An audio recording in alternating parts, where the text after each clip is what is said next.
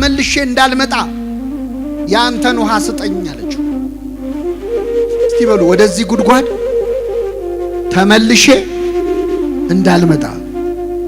አሁን የሆነ ተመልሰን የምንመጣበት ጉድጓድ የለም። እኔ ሁለተኛ አላረገውም ብለን የምናረገው ነገር የለም። አልሄድም ብለን የምንሄድበት ቦታ የለም። ውዳሴ ማርያም እጮሃለሁ፣ ድንግል እናቴን እጠራለሁ። ይህንንም ብሎ በታላቅ ድምፅ አልዓዛር ሆይ ወደ ውጭ ና ብሎ ጮኸ። የሞተውም እጆቹና እግሮቹ በመግነዝ እንደተገነዙ ወጣ፣ ፊቱም በጨርቅ እንደተጠመጠመ ነበር። ኢየሱስም ፍቱት፣ ይሂድ፣ ተዉት አላቸው ይላል። ስለ ቃሉ የአምላካችን ስም የተመሰገነ ይሁን። አልዓዛር ሆይ በሉ እስኪ ወደ ውጭ ና። በዚህ ቃል ተነስተን በሚኖረን አጭር የትምህርት ጊዜ እንማራለን።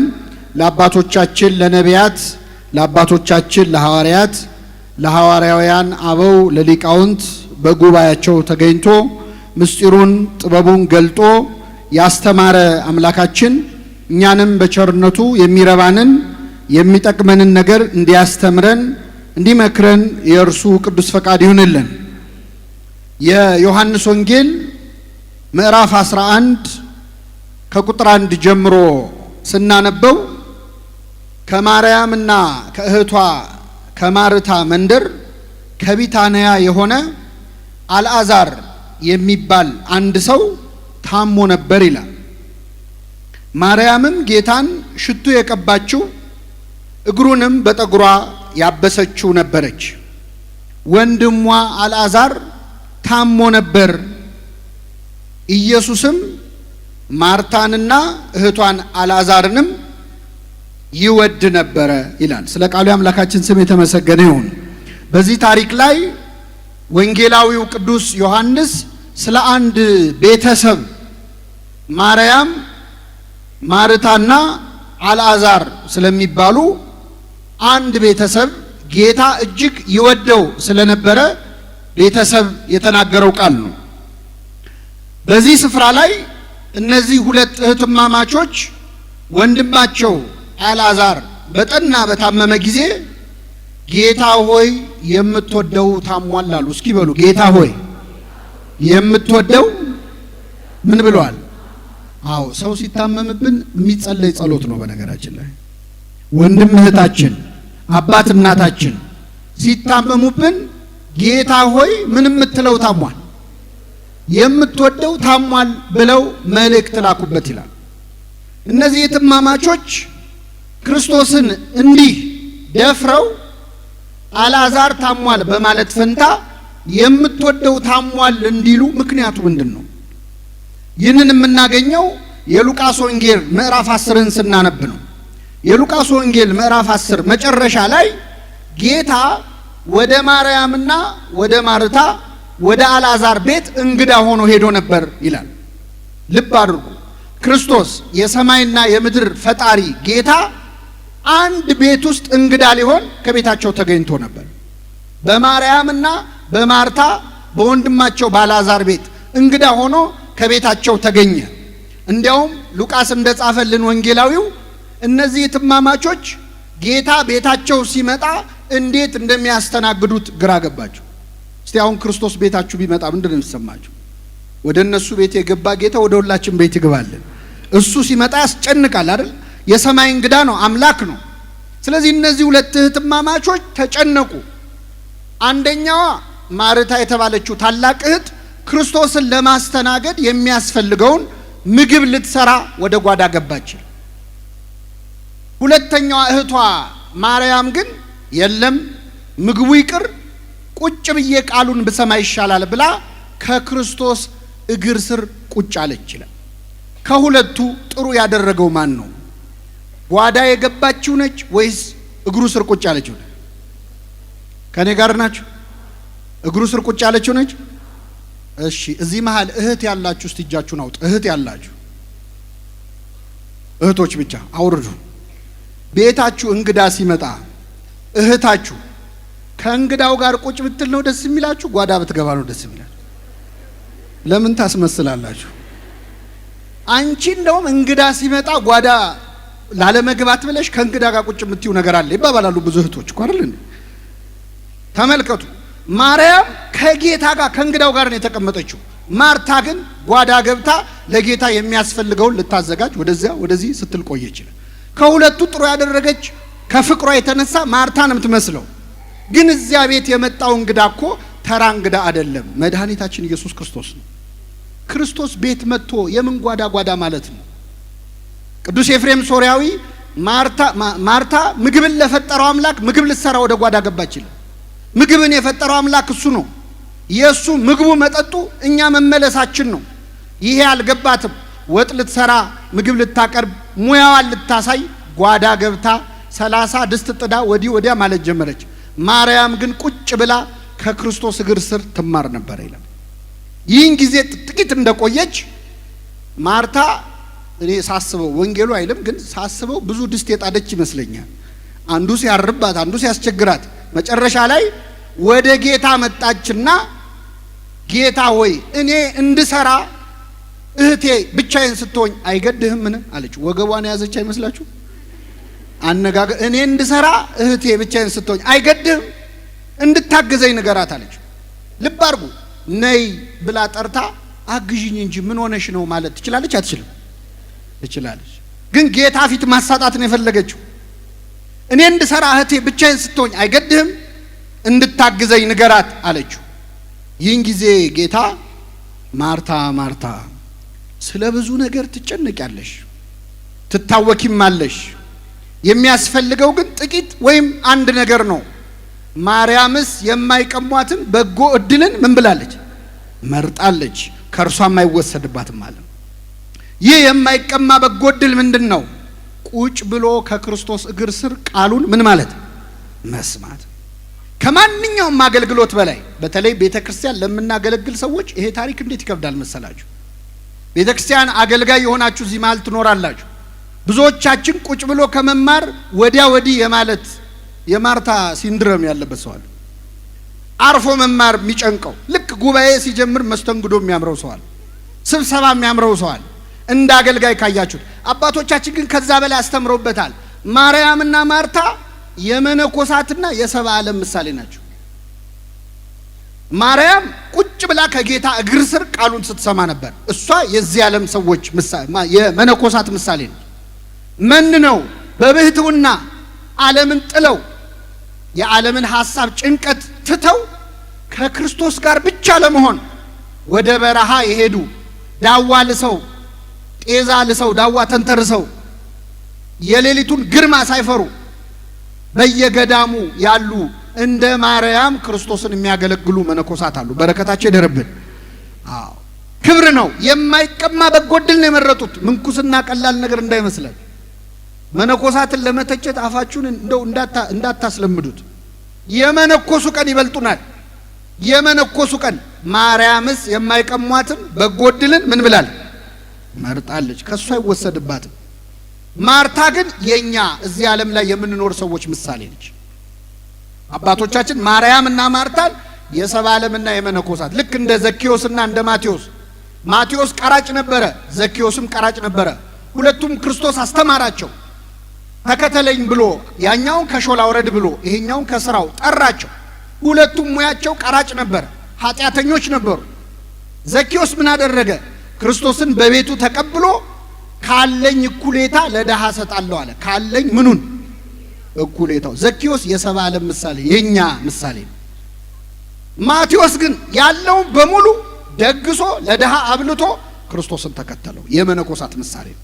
ስለዚህ ማርያምና ማርታ ብዙ ትርጉም አላቸው። የነፍስና የስጋ ምሳሌ ናቸው። ስጋችንና ነፍሳችን እንዴት ነው የሚጣሉት? ነፍሳችን ቁጭ ብላ ቃሉን መስማት ትፈልጋለች፣ አትፈልግም? ትፈልጋለች። ስጋችን ግን ቁጭ ብላ 30 ቦታ ትሄዳለች። አሁን እዚህ ቁጭ ብሎ ቤቱ ደርሶ ያልመጣ ሰው አለ? ነገ ስንት ሰዓት ነው ስራ የምገባው ያላለ ሰው አለ? የማርታ ችግር አለብን። ስጋችን ማርታ ታስቸግራለች፣ ነፍሳችን ማርያም ግን ቃሉን መስማት ትፈልጋለች።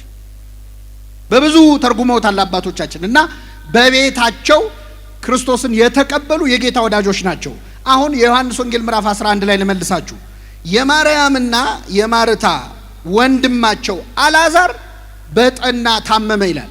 ሲታመም ወደ ክርስቶስ ላኩበት። ጌታ ሆይ የምትወደው ምን ብሏል? ታሟል አሉ። ይህን ጊዜ ክርስቶስ ጥሪያቸውን ሰምቶ ግን አልሄደም። 1 ቀን 2 ቀን ቆየ። በሁለተኛው ቀን አልዓዛር ሞተ። አልዓዛር ሲሞት ክርስቶስ ለደቀ መዛሙርቱ ወዳጃችን አልዓዛር ተኝቷል አለ። ላስነሳው ሄዳለሁ አለ። ወዳጃችን አልዓዛር ምን ብሏል? ተኝቷል። ለክርስቶስ ሞት እንቅልፍ ነው። ልብ አድርጉ። ተኝቷል፣ ላስነሳው ሄዳለሁ አለ። ተኝቶስ ከሆነ መልካም ነው ያልፍለታል አሉ ሐዋርያት። እንቅልፍ ከሆነ የለም አልዓዛር ሞቷል አላቸው። በክርስቶስ ዓይን ሞት እንቅልፍ ነው። ምክንያቱም ክርስቶስ የሞተን ለማስነሳት የሚፈጅበት እኛ የተኛን ሰው ለመቀስቀስ ከሚፈጅብን የፈጠነ ነው። ሞት እንቅልፍ ነው። በክርስቲያኖች ዓይን በሙሉ አንቀላፋ ተብሎ የተጻፈው ለዚህ ነው። አንቀላፍተው ስላሉት ተስፋ እንደሌላቸው እንዳታዝኑ ይላል ቅዱስ ጳውሎስ። ሞት ለክርስቲያን እንቅልፍ ነው። ከኔ ጋር ናችሁ? ወንድም እህቶቻችሁ አሁን ቤታችሁ ውስጥ ታላቅ ወንድማችሁ እህታችሁ እናት አባታችሁ እንቅልፍ ሲተኙ ተኝተዋል ስትባሉ ወይኔ እናቴ ብላችሁ ታለቅሳላችሁ? ደረት ትመታላችሁ? አናደርገውም፣ አናለቅስም። ለምንድን ነው አናለቅሰው? የተኙ ምን ይላሉ? የሞተስ አታምኑ? የሙታንን መነሳት ምን እንዳደርጋለን? ታዲያ ምንድን ነው የሞት አይነሳም እንዴ? ይነሳል። ስለዚህ ሞትን እንደ እንቅልፍ እንድናይ ይፈልጋል። ወዳጃችን አልዓዛር ተኝቷል አላቸው። ላስነሳው ሄዳለሁ አላቸው።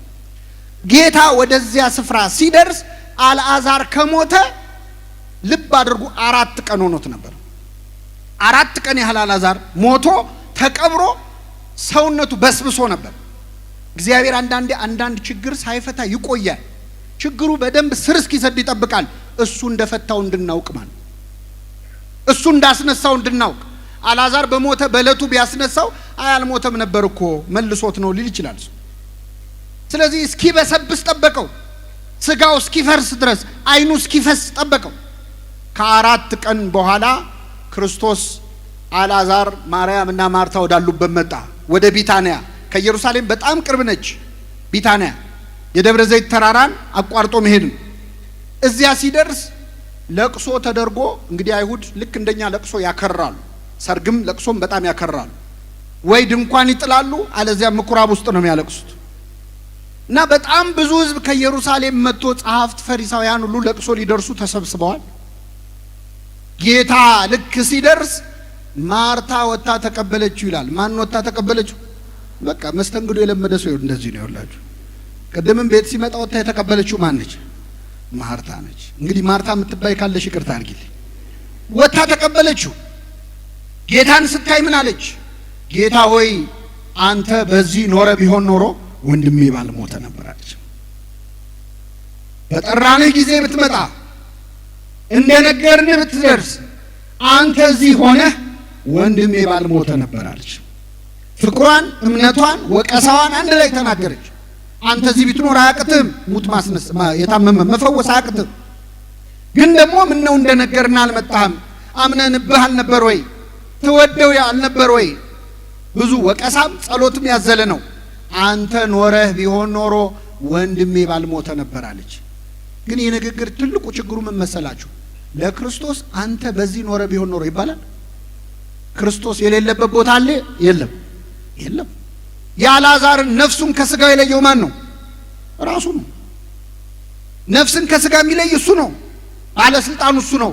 ግን አንተ በዚህ ኖረ ቢሆን ኖሮ ወንድሜ ባልሞተ ነበር ብላ አለቀሰች። ይህን ጊዜ ጌታ ወንድምሽ ይነሳል አላል። እስቲ ከኔ ጋር በሉ፣ ወንድምሽ ይነሳል። ምን ይላል? ይህንን ሲላት ማርታ ምን አለች? በመጨረሻው ቀን በትንሣኤ እንደሚነሳ አውቃለሁ። አዎ እውነትህን ነው ወንድሜ አሁን ሞቶ አይቀርም። የሙታንን ትንሣኤ ያምናሉ አይሁድ። ስለዚህ ይነሳል የዛኔ አለች። ጌታ ምን አላት? ትንሣኤና ሕይወት እኔ ነኝ። በዕለተ ምጽአት መጥቼ ሙታንን የማስነሳቸው እኔ ነኝ። ስለዚህ እኔ እስክመጣ ምን አስጠበቀሽ? እኔ እዚሁ አጠገብሽ አለሁኝ፣ ወንድምሽን ላስነሳው እችላለሁ። ይህንን ታምኛለሽ አላት። ከኔ ጋር ናችሁ? ይህንን ታምኛለሽ ሲላት ምን አለችው መሰላችሁ? አንተ የእግዚአብሔር ልጅ እንደሆንክ አምናለሁ አለችው።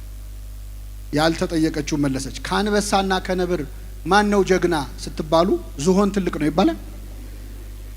ጥያቄው ማን ነው ጀግና? ወይ አንበሳው ወይ ነብር ነው። ጌታ የጠየቃት ትንሣኤም ሕይወትም እኔ ነኝ፣ ለሙታን ሕይወትም ምሰጥ እኔ ነኝ፣ እንደማስነሳው ታምኛለሽ ሲላት የእግዚአብሔር ልጅ እንደሆንክ አምናለሁ አለችው። የእግዚአብሔር ልጅ ነህ ያለ እኮ ጴጥሮስ አንተ አለት ነህ ተብሎ ተመስግኗል አይደል? ማርታን ግን አላመሰገናትም። ለምን? ክርስቶስ ከሞት ወንድሟን ሊያስነሳ እንደሚችል ስላላመነች ነው። ሸሸችው ጥያቄው ማለት። ይህንን ብላ ወደ ለቅሶ ቤቱ ተመለሰች ይላል። ወደ ለቅሶ ቤቱ ስትመለስ ማርያም ከእንግዶች ጋር ቁጭ ብላለች እንደ ልማዷ ማለት ነው። ነይ ብላ ጠራቻት። ነይ ብላ በስውር ጠራቻት። በደንብ አስተውሉ። በጣም ይገርማል መጽሐፍ ቅዱስ። እስኪ በሉ በስውር ጠራቻት። ቅድም ጌታ ቤት ውስጥ በመጣ ጊዜ ማርታ ስራ ሲበዛባት የጠራቻት በስውር ነው በግልጽ ነው? አሁን ግን በምን ጠራቻት? በስውር። ቅድም ነበር በስውር መጥራት የነበረባት፣ አሁን ግን በስውር ጠራቻት። ለምን? ለቅሶ ሊደርሱ የመጡ ጸሐፍት ፈሪሳውያን በዛ ቦታ ላይ ብዙ አሉ። አብዛኞቹ ጸሐፍት ፈሪሳውያን ደግሞ ክርስቶስን ይጠሉታል፣ ሊገሉት ይፈልጋሉ። ስለዚህ የክርስቶስ ተማሪ የክርስቶስ ወዳጅ መሆናቸውን እንዲያውቁባትና እንዲቀየሙባት አልፈለገች። አፈረችበት በክርስቶስ። ስለዚህ እህቷን በስውር ጠርታ ነይ መምህሩ ይጠራሻል አለቻት። ማርያም ብን ብላ ወጣች። ብን ብላ ስትወጣ ለቅሶ ሊደርሱ የመጡ ሰዎች ሁሉ ልታለቅስ ወደ መቃብር ልትሄድ ነው ብለው ተከትለዋት ግር ብለው ወጡ። ወጣ ኮረብታው ላይ ስትደርስ ክርስቶስ ቆሟል። እግሩ ስር ወደቀች። አንተ በዚህ ኖረ ቢሆን ኖሮ ወንድሜ ባልሞተ ነበር አለች። ምን አይነት ቤተሰብ ነው? እህቷ ያለችውን ደገመችው። አንተ ብትኖር ወንድሜ አይሞትም ነበር አለች። አለቀሰች። ሁሉም አንድ ላይ ሲያለቅሱ ክርስቶስ በመንፈሱ ታወከ፣ እንባውንም አፈሰሰ ይላል። ኧረ አስነሳዋለሁ፣ የምን ለቅሶ ነው? ተረጋጉ አላለም ጌታ። አሁን ከ5 ደቂቃ በኋላ እኮ ይነሳል፣ አቁሙ ለቅሷችሁን አላለም። እንባውን አፈሰሰ ይላል። እንደውም አይሁድ እንባውን ሲያፈስ ሲያዩ እንዴት ይወደው ነበር አሉ ይላል። እንዴት ቢወደው ነው? ምን ነው እንዲህ ከወደደው ቀደም ብሎ መጥቶ አያስነሳውም ነበር? እውሩን ያበራ ይህን በሽተኛ መፈወስ ይችል የለ ወይ አሉ። ይህን ጊዜ ጌታ ወዴት ቀበራችሁታል? እስኪ በሉ ወዴት ቀበራችሁት? አሁን ጌታ ይሄንን አለ ብለው አንዳንድ ሰዎች አምላክ አይደለም እንዴት ወዴት አለ ብለው ይከራከራሉ። አይሁድ ሳይቀር ክርስትናን የሚተቹት አንዱ ክርስቶስ ወዴት ቀበራችሁት አለ። ኢትዮጵያዊ ሊቅ አባታችን አባ ጊዮርጊስ ዘጋስጫ ወዴት ቀበራችሁት የሚለውን ይዘው ክርስቶስ አምላክ አይደለም ለሚሉ አይሁዳውያን ሲመልስ ምን አለ? አዳም በገነት በበደለ ጊዜ እግዚአብሔር በገነት መካከል ተመላለሰ። አዳም አዳም ሆይ ወዴት ነህ አለ። የዛኔ አያውቅም ነበር ወይ ብለዋል። ያውቃል። በብሉይ ኪዳን ወዴት ነህ ብሎ የተናገረው መጽሐፍ ቅዱስ የተጻፈው ለሰው ስለሆነ በሰው ቋንቋ ነው። እግዚአብሔር ሰው ሳይሆን ሰው የሆነው በመጽሐፍ ቅዱስ ነው ይባላል።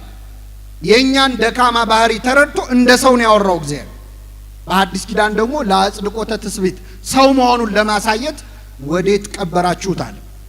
መቃብሩ ያለበትን አሳዩት፣ ድንጋዩን አንሱት አላቸው። ማርታ ቀረብ አለችና ጌታ ሆይ 4 ቀን ሆኖታል ይሸታል አለችው። ይኸውላችሁ ቁጭ ብሎ ከጌታ እግር ስር ወንጌል ያልተማረ ሰው ሁሌ ችግር ፈጣሪ። ይሸታል አለችው። ገሰጻት። ብታምኚ የእግዚአብሔርን ክብር እንድታይ አልነገርኩሽምን አለ። ከዛ ወደ መቃብሩ ቀረበ። አልዓዛር ወደ ውጪ ና አለ። አልዓዛር ወዲያውኑ መግነዙ እንደተጠመጠመ ከመቃብሩ ወጣ ይላል። እግዚአብሔር የተመሰገነ ይሁን። አልዓዛር ወደ ውጪ ና። እስኪ በሉ አልዓዛር ወደ ውጪ ና። አስነሳው። ይሄ ቃል ብቻ አይገርም? ለምን በስሙ ጠራው? አንደኛ ዝም ብሎ አንተ የሞትከው ውጣ ቢለው ቦታው መቃብር ስለሆነ ብዙ ሰው በስህተት ይወጣል አይደል? ስለዚህ በማጣራት አያስፈልግም።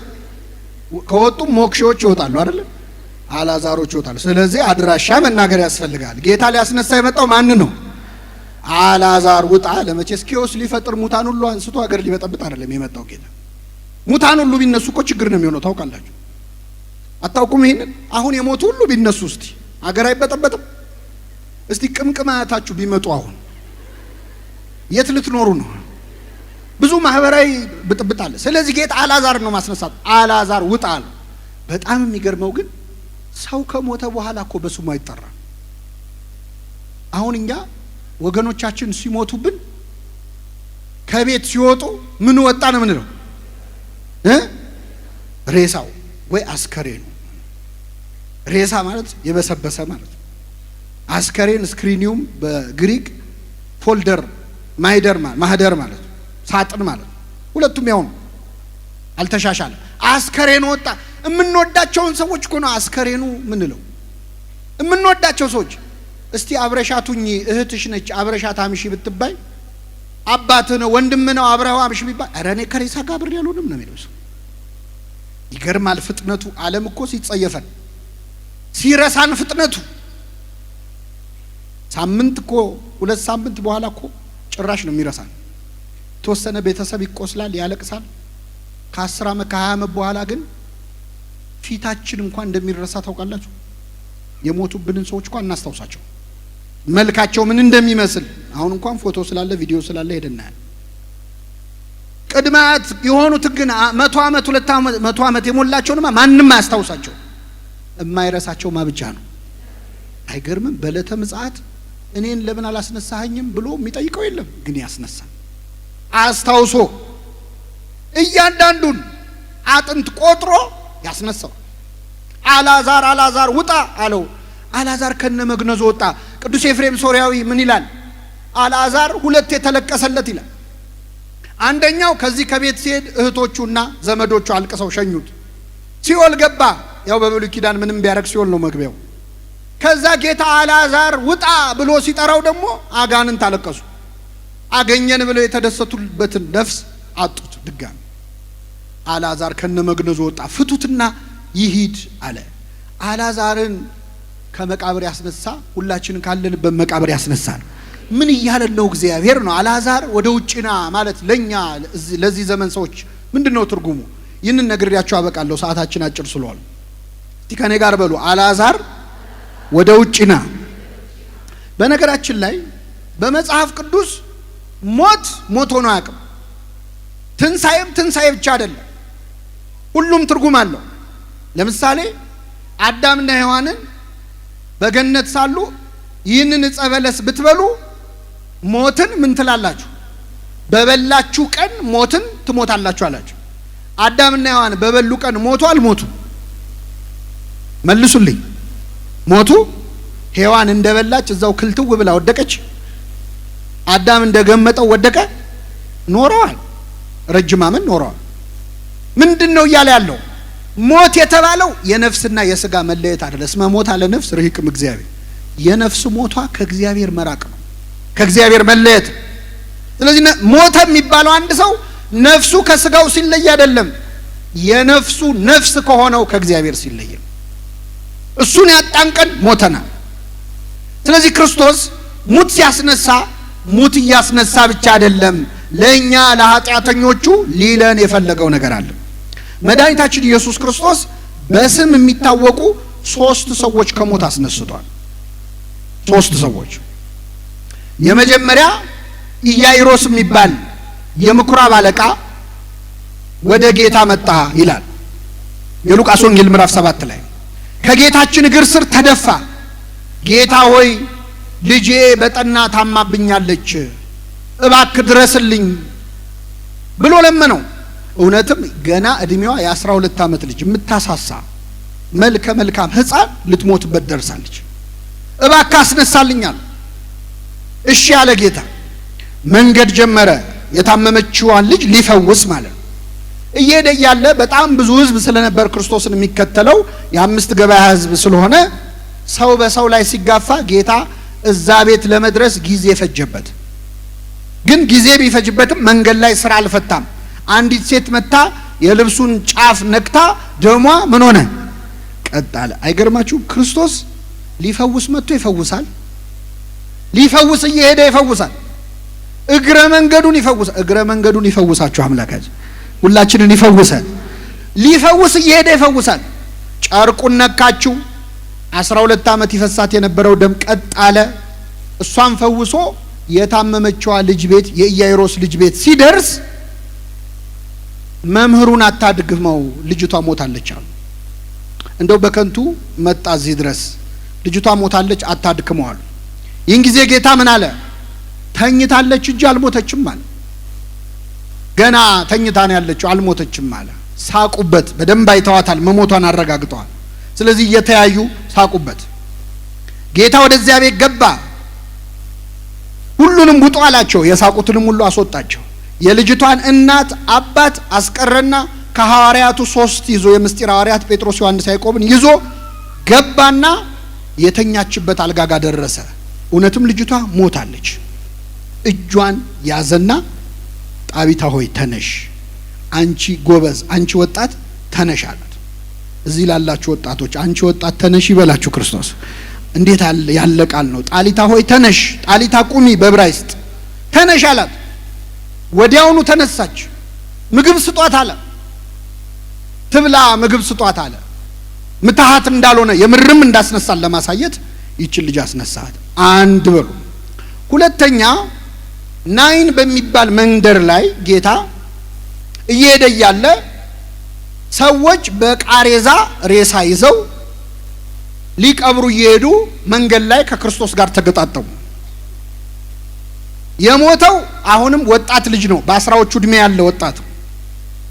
እናቱ ከኋላ ወይኔ ልጄ ወይኔ ልጄ እያለች ደረቷን እየደቃች እያለቀሰች ትከተላለች። ህዝቡ ከጀርባ አጅቦ ሊቀብር ከናቲቱ ጋር አብሮ እያለቀሰ እየሸኘ እያለ ጌታ አስቆማቸውና ሴቲቱን አታልቅሺ አላት። አታልቅሺ አላትና ቃሬዛውን ነካው። አንተ ጎበዝ ተነስ አለው። ያ ልጅ አፈፍ ብሎ ቀና ብሎ እዛው ቃሬዛ ላይ ቁጭ አለ ይላል። ስሙ የተመሰገነ ይሁን አምላካችን። እስቲ አሁን ቀባሪዎቹ ብትሆኑ እንዴት ነበር እልል የምትሉት? ቀባሪዎቹ ብትሆኑ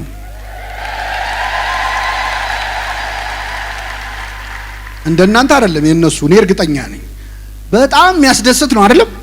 ሊቀብሩ እየሄዱ ቀብሩን አስቆመው ክርስቶስ። ቀብራችንን ያስቆምልን ጌታ አስቆመው። ከዛ አስነሳትና ለእናቱ ሰጣት ይላል። መለሰላት።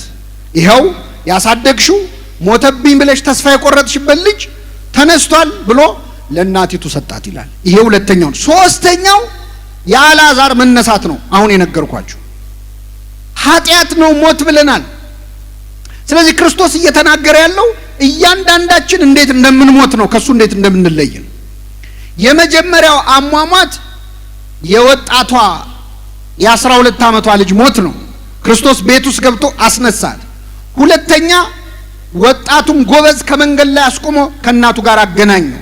ሶስተኛው አልዓዛርን ከእህቶቹ ጋር አገናኛቸው። በዕለተ ምጽአት ሲመጣ ምን እንደሚያደርግ እያሳየን ነው ጌታ። ዳግም ልፈርድ ስመጣ እናት ልጇን ታገኛለች።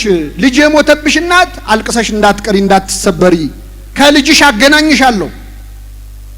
ልጅ የሞተችብህ አባት ተሰብረህ እንዳትቀር ትገናኛላችሁ። ወንድማችሁን እህቶች ወንድማችሁን ታገኛላችሁ። የሞቱብን ወገኖቻችንን በዕለተ ምጽአት እናያቸዋለን። ልጆች አባታቸውን ያገኛሉ፣ አባቶች ልጆቻቸውን ያገኛሉ። ወንድም እህት ወንድሙን ያገኛል።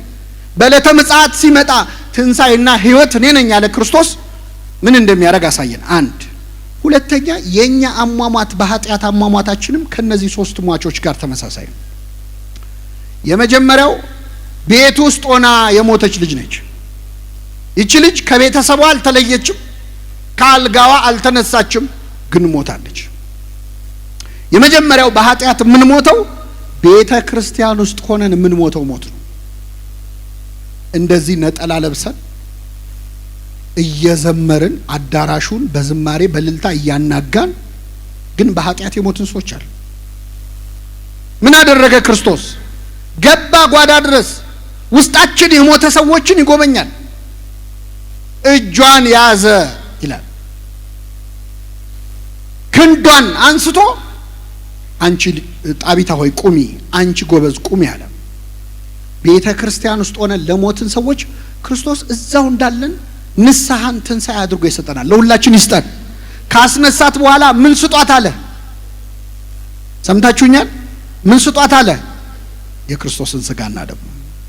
ቤተ ክርስቲያን ውስጥ ሆነን ለሞትን ሰዎች እባካችሁ ቶሎ ስጡት ብሎ የሚያዝልን ማዕድ የጌታ ሥጋና ደም። ሁለተኛው ሞቶ ሰዎች ሊቀብሩት መንገድ ላይ ይዘውት እየሄዱ የነበረ ልጅ ነው። ያ ወጣት ነው። ይሄ ደግሞ ከቤተ ክርስቲያን ወጥተን መንገድ ላይ ያለን ሰዎች አሉ። ሃይማኖታችንን ልንክድ፣ ያም ባይሆን መንፈሳዊ ነገር ልንተው፣ ጾም ልናቆም፣ ጸሎት ልናቆም፣ መንፈሳዊ ትጋታችንን ልንቀንስ መንገድ የጀመርን ሰዎች አለን። አረ ፈጣሪ የለም ወደ ማለት እየሄድን ያለን።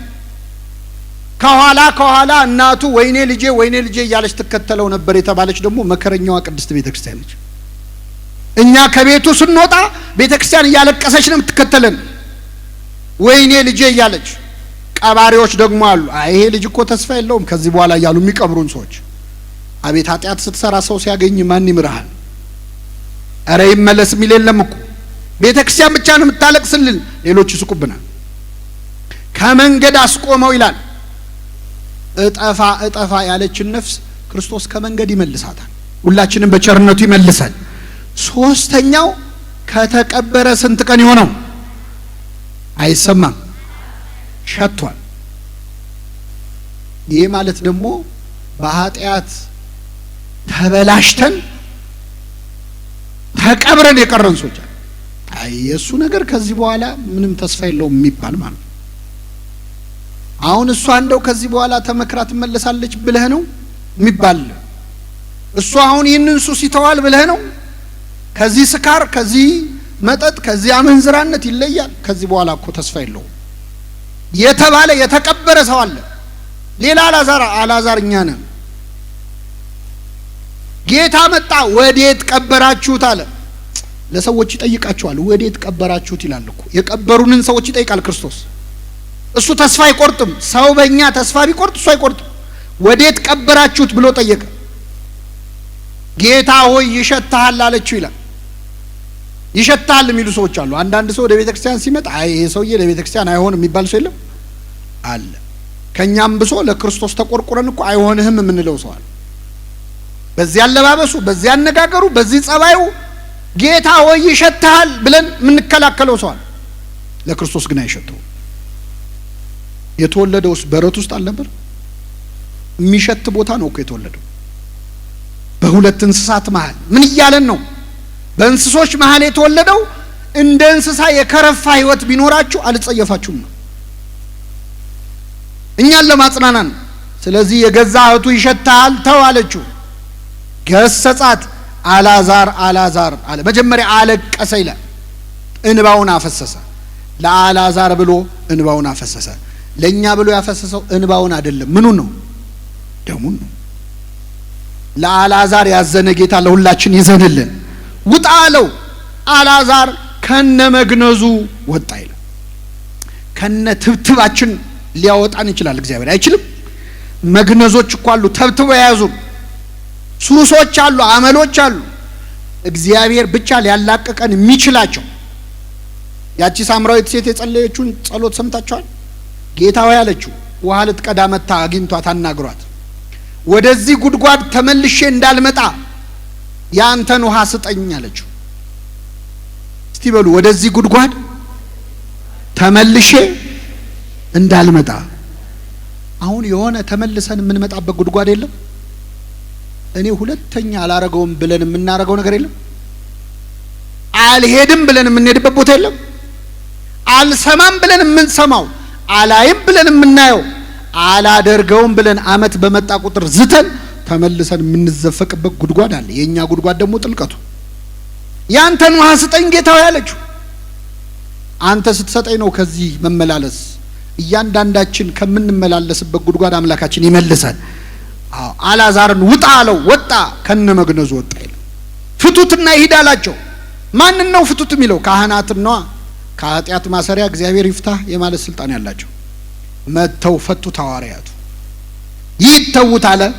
አልዓዛር በመካከላቸው ሄደ። አልዓዛርን ወደ ውጪ ውጣ ብሎ ካለበት መቃብር ያወጣ አምላክ ሁላችንን ካለንበት ኃጢአት ያወጣል። አንድ ነገር ጠይቂያችሁ ልውረድ። አልዓዛር ከ4 ቀን አስከሬንነት በኋላ ከ4 ቀን የመቃብር ቆይታ በኋላ ና ውጣ ብሎ ያስነሳው ማን ነው? አይሰማም? ክርስቶስ ነው አይደለም? እግዚአብሔር ነው አይደለም? አልዓዛር ከመቃብር ከወጣ በኋላ ራሱን ቢያጠፋ ምን ይመስላችኋል? ወይ በአመቱ ወይ በሳምንቱ ራሱን ቢገድል አታዝኑም? ታሪኩ ራሱ አይመችም አይደል? አላደረገውም። አልዓዛር እስከ ሕይወቱ ፍጻሜ ድረስ በቅድስና ኖሮ ሳይፕረስ የምትባል ቆጵሮስ የምትባል ሀገር ጳጳስ ሆኖ አገልግሎ በመጨረሻ በክብር ነው ያረፈው። በረከቱን ያሳድርብን። ሞቷል። አልዓዛር ተነስቶ አልቀረም፣ ሞቷል። ለዚህ ነው በነገራችን ላይ ከነ መግነዙን ይወጣው አይደል? ጌታ ሲወጣ መግነዙን ትቶ ነው። አልዓዛር ሲወጣ ግን መግነዙን ይዞ ነው። ለምን? ሌላ ቀን ያስፈልጋል አይደል? መግነዙ ያስፈልጋል አያስፈልግም? ስለዚህ ወጪ ላለማባከን ከነ መግነዙን ይወጣው። አልዓዛር ተመልሶ ሞቷል። ግን አልዓዛር ጌታ አስነስቶ ተመልሶ ራሱን ቢገድል ያሳዝናል። ሞት የተባለ ኃጢአት ነው። እግዚአብሔር አስነስቶን ተመልሰን ወደ ኃጢአት እንገባለን። እኔ የዛሬው ጉባኤ ሚሊኒየም አዳራሽ ነው የተካሄደው፣ መቃብር ውስጥ ነው የተካሄደው። በእውነቱ በዚህ አዳራሽ ብዙ ኃጢአት ተሰርቷል። እዚህ አዳራሽ ውስጥ ምን ያልተደረገ ነገር አለ? በመዝሙር የተባረከ አዳራሽ እንዳልሆነ መቼስ ታውቃላችሁ። እዚህ ቦታ ላይ ብዙ ስካር አለ፣ ብዙ ጭፈራ አለ፣ ብዙ ድብድብ አለ። እዚህ ቦታ ተጣልተው ተገዳድለው የታሰሩ የሞቱ ሰዎች አሉ። ለኃጢአት ሰው የሚቀጣጠርበት ቦታ ነው። እኛ ለቅድስና ነው የተጠራ ነው። ዛሬ ጌታ ወደ መቃብር መምጣት ልማዱ ነው። አልዓዛር ውጣ ብሎ ሊጠራ ማለት ነው። ግን እዚህ አዳራሽ ዛሬ ነጠላ ለብሳችሁ የመጣችሁ ሰዎች ሌላ ቀን ነጠላ ቀይራችሁ እንዳትመጡ። ነጠላውን አስቀምጣችሁ ለሌላ ጉዳይ ከተመለሳችሁ